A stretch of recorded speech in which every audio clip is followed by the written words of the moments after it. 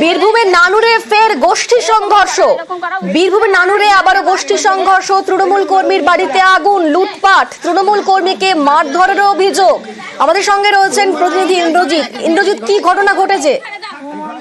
একদম যেটা বলে রাখবো, বীরভূমের যে নানুর রয়েছে সেখানে কিন্তু আবারও তৃণমূল কংগ্রেসের গোষ্ঠীকন্দল কার সঙ্গে না, অনুব্রত মণ্ডল ঘনিষ্ঠ একজন তৃণমূল কর্মী রয়েছেন আইনুল হক, তার বাড়িতে গত রাত্রে আগুন লাগিয়ে দেওয়ার অভিযোগ এবং তার বাড়িতে যারা ছিলেন তাদেরকে মারধর এবং লুটপাট চালানোর অভিযোগ কাদের বিরুদ্ধে না, কাজল শেখ অর্থাৎ বীরভূমের যিনি জেলা সভাধিপতি তার অনুগামীদের বিরুদ্ধে অভিযোগ। এবং তাদের বিরুদ্ধে যেটা অভিযোগ করা হচ্ছে যে যেহেতু এই আইনুল হক অনুব্রত মণ্ডল ঘনিষ্ঠ, সেই জন্য তার বাড়িতে কিন্তু মারধর এবং আগুন লাগিয়ে দেওয়া হয়েছে বলে অভিযোগ করা হচ্ছে। এবং আইনুল হক সহ তার পরিবার ইতিমধ্যে কিন্তু গ্রাম ছাড়া এবং তারা আতঙ্কের মধ্যে তারা গ্রামে ঢুকতে পারছেন না, এমনটাই কিন্তু তিনিও জানিয়েছেন। তার সঙ্গে আমরা ফোনে যোগাযোগ করা বারবার চেষ্টা করেছিলাম, কিন্তু তিনি এতটাই আতঙ্কিত তিনি ফোন ধরতে চাইছেন না। অন্যদিকে ইতিমধ্যেই নানুর থানায় কিন্তু মৌখিকভাবে এই আইনুল হক অভিযোগ জানিয়েছেন। এলাকাতে পুলিশ রয়েছে এবং পুলিশ তদন্ত করছে তারা এই ঘটনার সঙ্গে যুক্ত।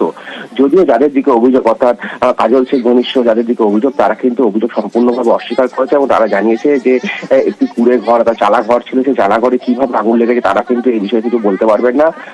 অতএব এই ঘটনার সঙ্গে তারা কোনোভাবেই যুক্ত নয়, এমনটাও কিন্তু তারা জানাচ্ছেন। বেশ, ধন্যবাদ।